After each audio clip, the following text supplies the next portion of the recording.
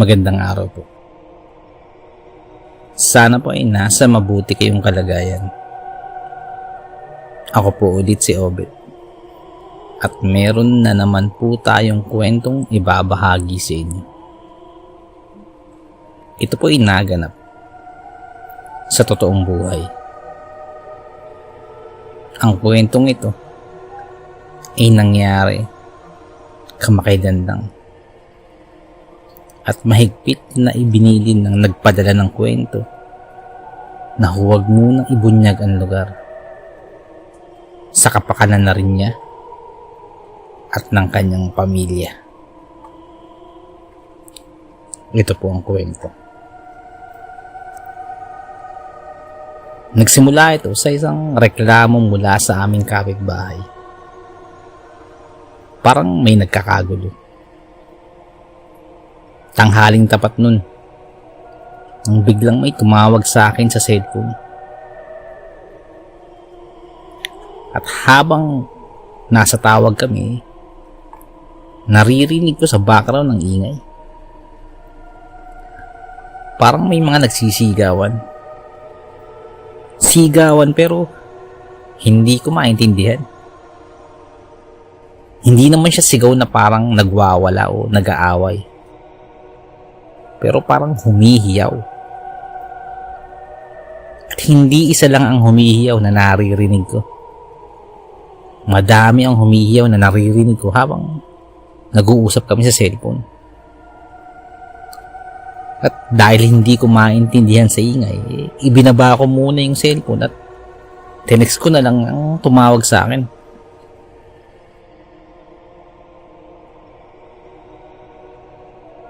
Ako ay nagtatrabaho sa barangay sa amin. Ngunit itong tumawag sa akin ay kabilang naman sa katabi naming barangay. At dahil kumpare ko yung tumatawag, imbis na i-refer ko sa kabilang barangay, ako na yung tumugon doon. Tinugunan ko na yung tawag ng aking kaibigan. Kaya tinext ko na lang ang kumpare ko na puntahan na lang ako sa bahay dahil sobrang ingay at hindi kami magkaintindihan. Makalipas ang halos mga 20 minuto ay nasa bahay ko na yung kumpare ko. Sakay ng kanyang tricycle. Pare, pasensya ka na ha. Medyo emergency, sabi ni paring Esing. Oh, ba't? Ano ba nangyari? Ba't ang ingay doon kanina? Sabi ko. Inasapian daw. Kaya parang nagwawala. Tugon naman ni paring Esing. Hindi na naman alam ang gagawin. Natataranta kami kaya itinawag ko sa'yo. Dugtong pa niya. Ganun ba?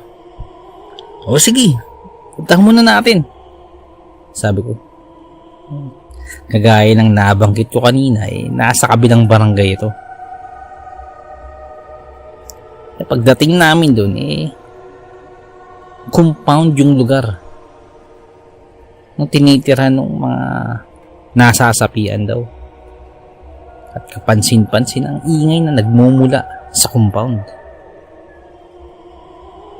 Narinig mo ba? Tanong ni Esing. Yan ba? Yung humihiyaw? Sabi ko. Yan nga yun. Sinasapian daw yan. Sabi pa ni Esing. Pagkababa namin ng tricycle, agad namin tinungo yung compound. At kapansin-pansin, nakakalikha sila ng malaking ingay sa lugar dahil halos dikit-dikit sila sa compound. Pagdating namin doon, may mga sinasabi yung mga nakatira sa compound na hindi ko din maintindihan.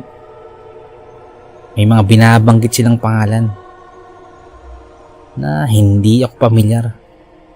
At talagang hindi ko maintindihan ang nangyayari. May nangawa sa amin. Siya yun. Puntahan niyo siya.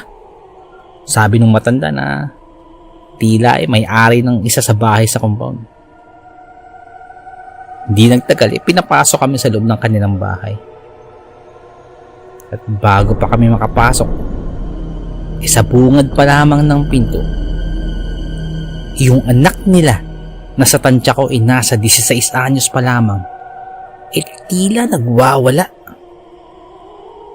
Pero yung pagwawala niya yung parang humihiyaw, humuhulagpos at biglang titigil at titingala na lamang. Makalipas ang ilang minuto, ay magwawala ulit at uulitin na naman yung maghuhumiyaw at maghuhulagpos. Na kung tutuusin nakakabulahaw, nakakahiya sa kapitbahay dahil sa kakaibang paghiyaw nito. Nakaresponde na ako sa mga nagwawala o nag-aaway, lalo na pag mga lasing. Pero itong nasaksiyan ko ngayon, kakaiba. Yung pagwawala ng bata, parang hiyaw ng hayop na nagwawala. At pagkasigaw niya nun, sasabayan ng kasama niya sa bahay na tila sinasapian din. At maghihiyawan na sila at sabay-sabay na magwawala. Medyo kakaiba yung nangyayari sa bahay na to. Kaya hindi pa man ako nakakapasok ng tuluyan, napatanong agad ako. May bahid ng pagka-nervyos yung tanong ko.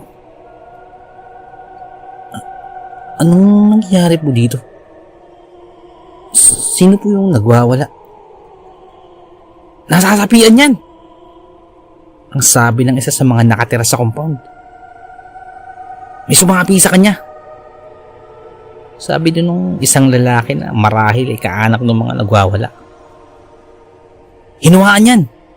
May umawa sa kanya. Yung babaeng pumunta dito, siya nang hawa dyan.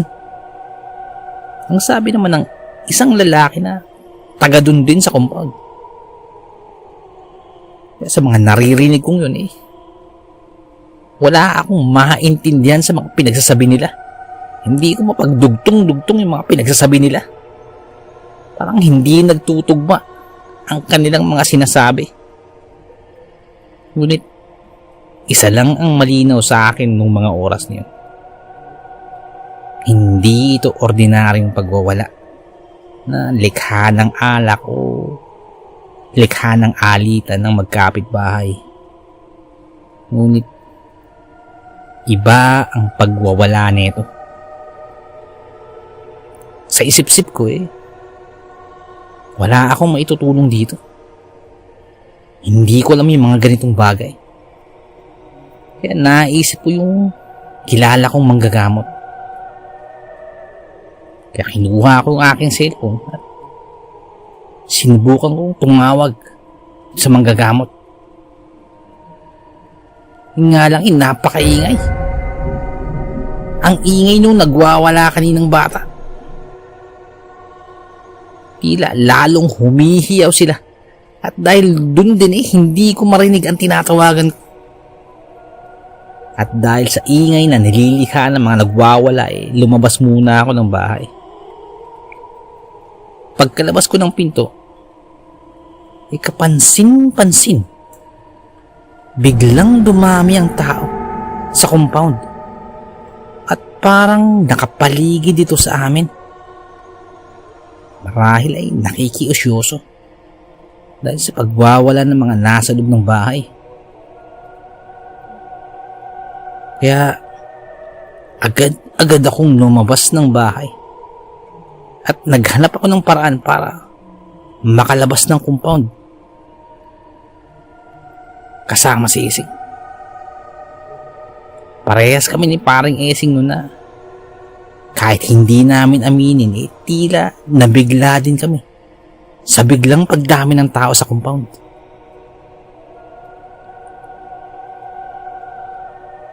Kaya nung makalabas kami ng compound pumwesto muna kami sa may lilim upang makahanap ng medyo tahimik na pwesto kung saan pwede kong makatawag at pwede kong matawagan yung manggagamot.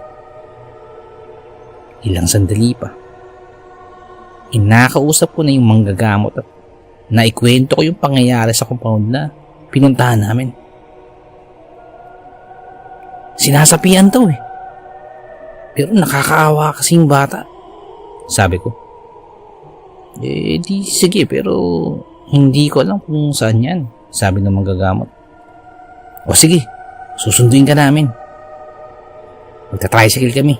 Antayin mo kami dyan, sabi ko. Agad-agad pinuntahan namin ang bahay ng manggagamot, sakay ng tricycle.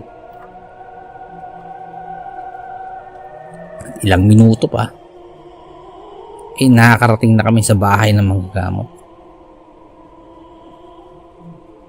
Ano bang nangyari dun? Bungad sa amin ng manggagamot. Hinasapian daw eh. Nagwawala yung bata, sabi ko. Nasapian din yung iba, baka may ligaw na kaluluwa dun.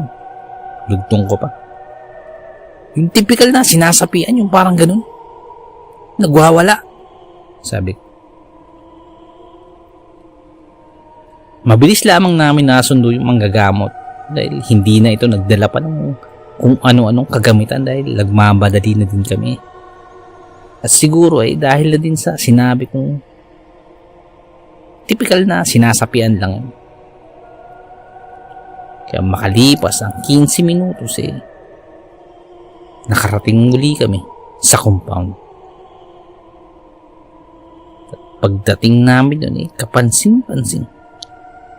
Tahimik ang lugar. Yung kaninang mga tao na nakapaligid ay tila nagbalikan na sa kanilang mga bahay-bahay.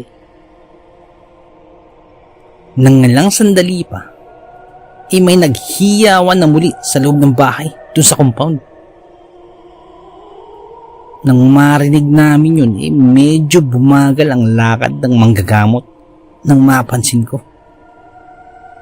Tila tinatansya kung ano ang mga nasa loob ng compound. At habang naglalakad, tila may binubulong ito. Hanggang bago kami pumasok sa gate ng compound. Pagkapasok namin, sinalubong ulit kami ng lalaki na mula sa bahay.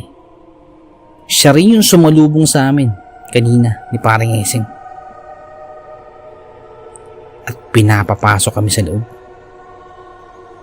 Ngunit kapansin-pansin, panay ang tingin ng manggagamot sa kapaligiran. Kahit tanghaling tapat nun hindi kami naaarawan ng pagpasok namin sa gate dahil may yero ang kanilang compound mula sa gate. Ngunit habang nasa loob kami ng compound, tila hindi komportable ang manggagamot at napapansin ko yun dahil panay ang tingin niya sa paligid. At biglang bigla ang pag-iba ng kanyang muka nung makapasok kami. Tila may naaamoy siya na kakaiba na hindi kagaya sa amin. Patuloy ang paghiyaw ng mga tao na nasa loob ng bahay na parang sinasapian. Sinasapian ho siya. Kaya niyo bang gamutin yan? Bungad ng lalaking sumanubong sa amin. Gano'n na ba katagal yan? Tanong ng manggagamot.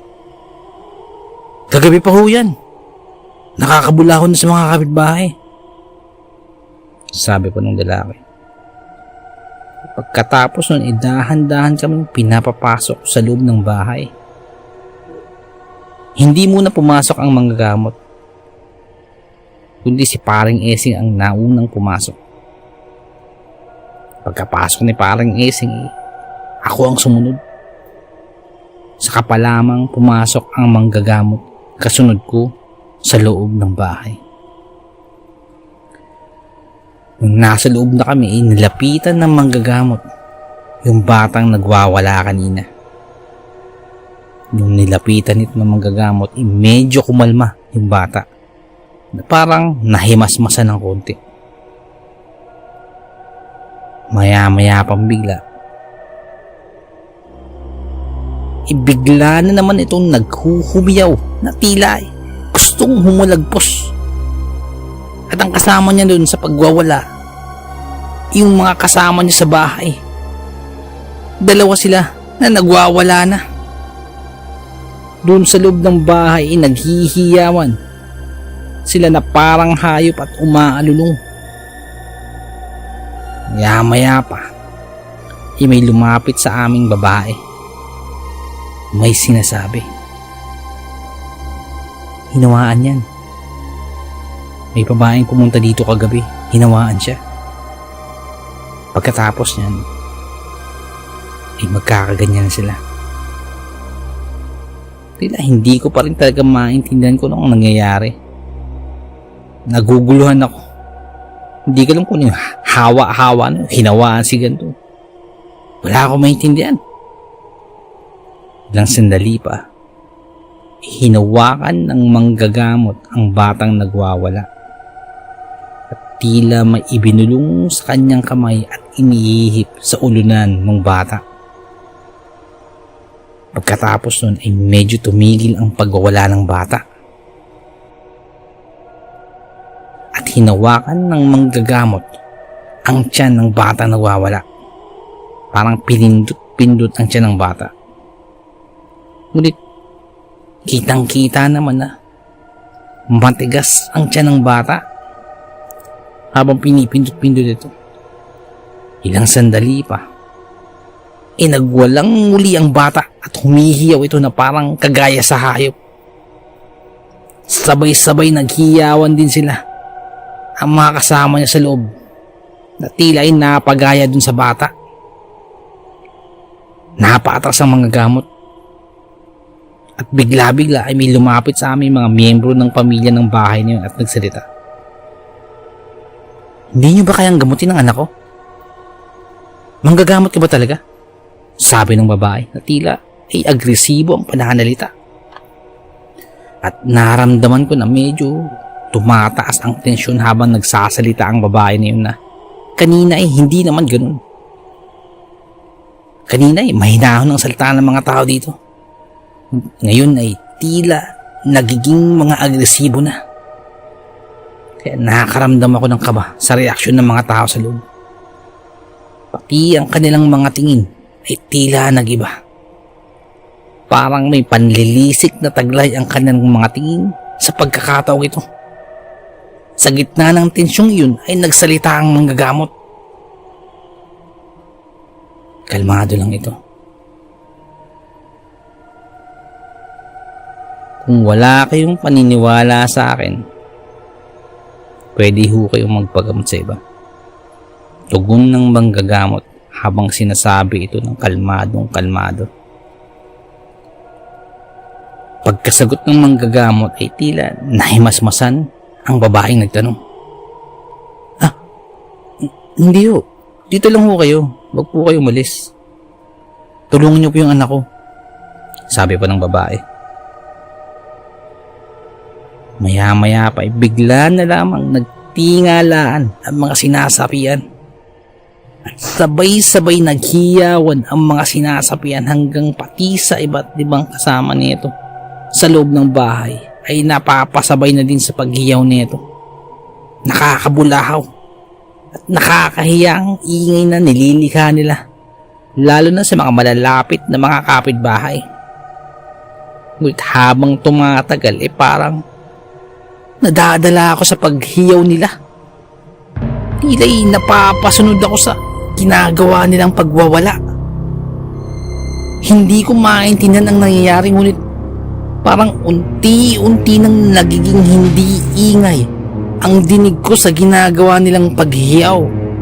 At dahan-dahan akong nadadala ng kanilang ginagawa. Hindi ko alam kung si paring Esing ay ganun din. Ngunit ako ay parang napapadala na. Parang ako ay nadadala sa saliw ng kanilang paghiyaw. Nang tapikin ako ng manggagamot at parang may iniihip sa akin, ay bigla akong parang nagising mula sa isang pagkakaidlip.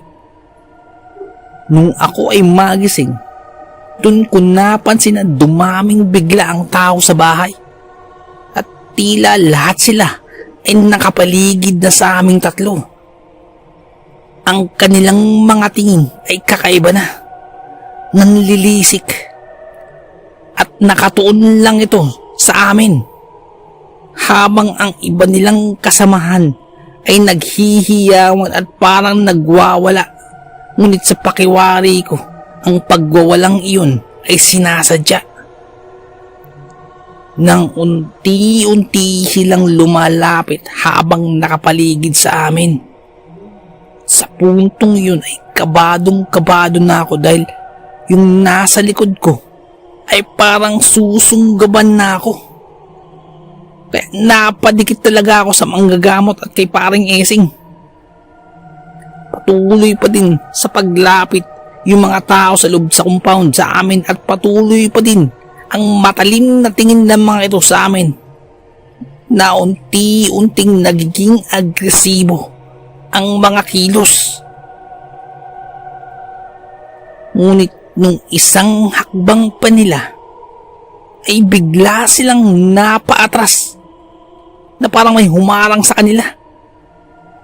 Hindi ko lang kung ano ang ginawa ng manggagamot, ngunit napansin kong meron itong ibinubulong sa hangin.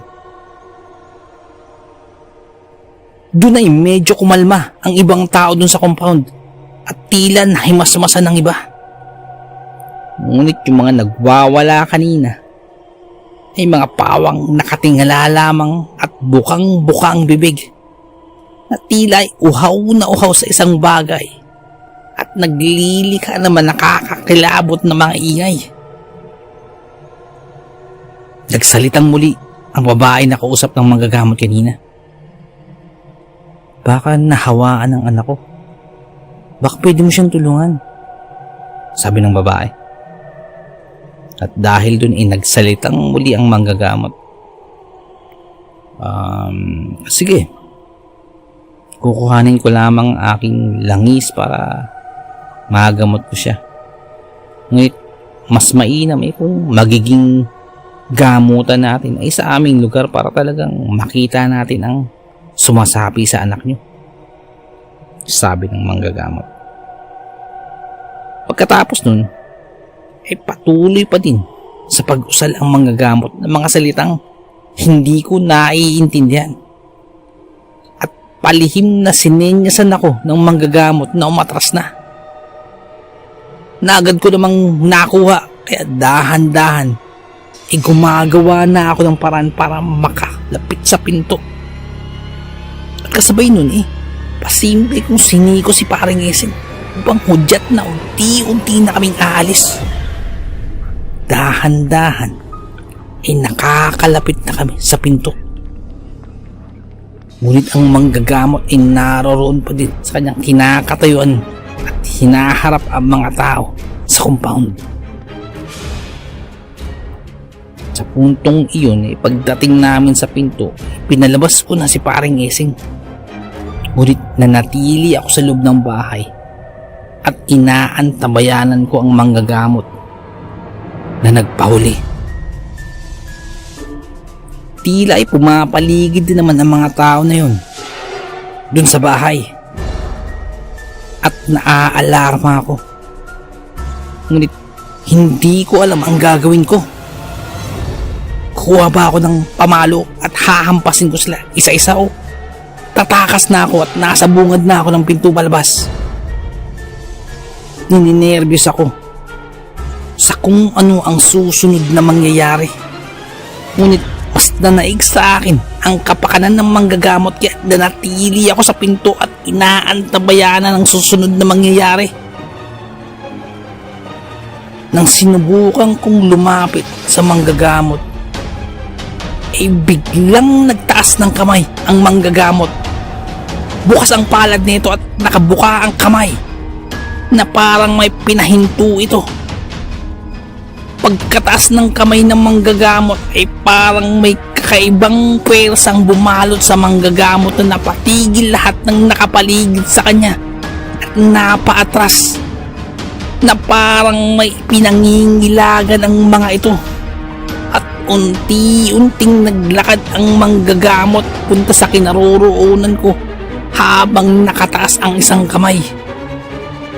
Hanggang sa dahan-dahan na kaming lumabas ng pinto. Sa labas ay inaantay na kami ni paring Eseng. Ngunit sa labas ay may mga nakapaligid pa ding tao. Dito, ngunit hindi ito kasing dami ng mga tao na nasa loob ng bahay kanina. Patuloy lang kami sa paglakad papunta sa gate ayon sa hudyat ng manggagamot. Naglakad kami hanggang sa makalabas na kami sa compound. Nung makalabas kami, ay ganun na lamang ang tagaktak ng pawis ko sa sobrang kaba, nervyos at kakaibang pakiramdam mula nung nasa loob kami kanina ng compound. Nagmamadali akong pumunta sa tricycle ni paring Esing at agad-agad naming pinaandar yun. At hindi na kami nag-aksaya ng oras at umalis agad kami sa compound na yun. Habang sakay kami ng tricycle papalayo, ay nagsalita ang manggagamot. Wag na kayong babalik sa compound na yan. Hindi yan nasapian. Nahawaan niyang mga yan ng pagiging aswang. At ang buong compound na yan ay magiging angkan ng aswang. Isa yung patibong. Naghahanap sila ng mabibiktimang manggagamot upang tuluyan silang makapagtayo ng kanilang angkan sa lugar. Sabi pa ng manggagamot. Pagkadinig ko nun ganun na lamang ang aking nervyos. At kaya pala ganun na lamang ang pagiging agresibo ng mga tao doon at ang mga bigla nilang nanlilisik na mga mata kahit sa katanghaliang tapat na halos ayaw kaming palabasin sa compound. Simula nun iniwasan ko nang pumunta sa compound na yun at iniiwasan ko yung lugar na yun sa barangay na yun.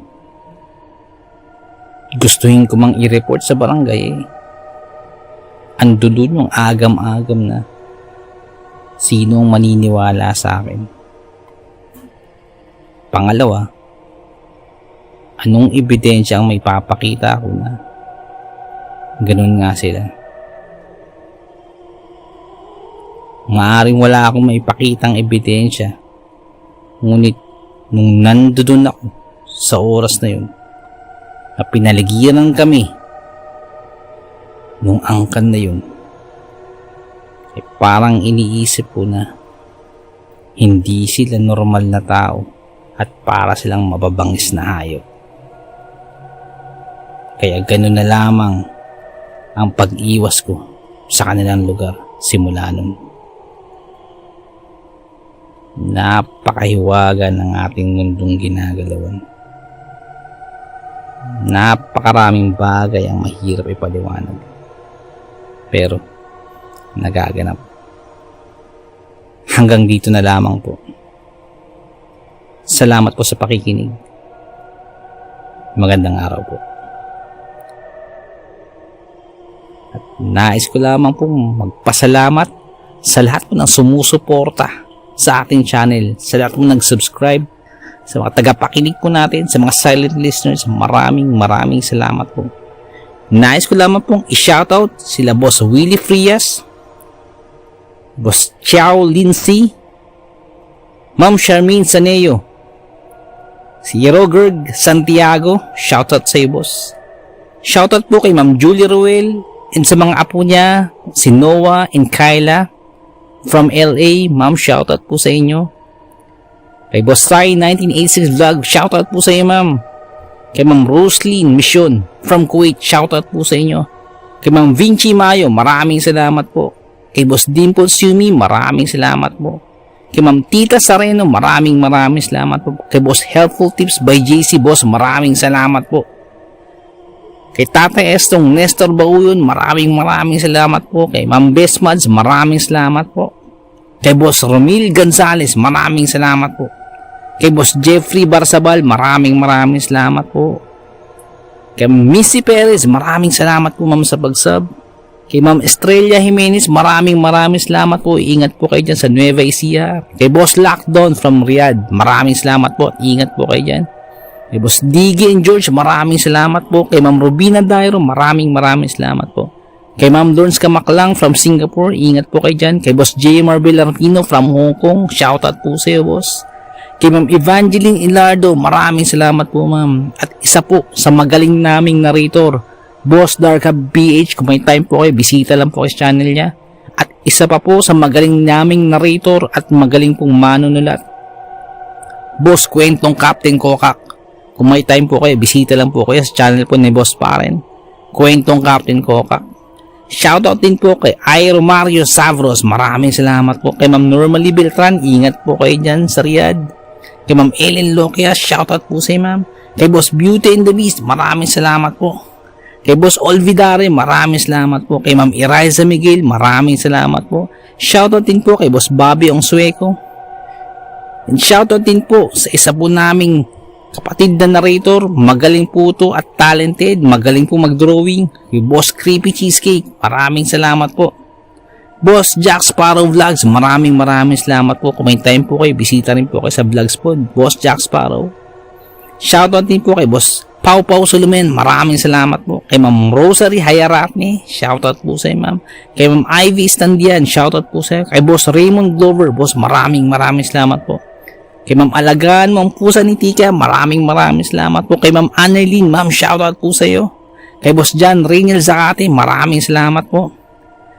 Kay Ma'am Michelle Kusay, maraming salamat po. Kay Ma'am Queenie, maraming salamat po. Kay Boss Jennifer Davis from New York, ma'am, maraming salamat po.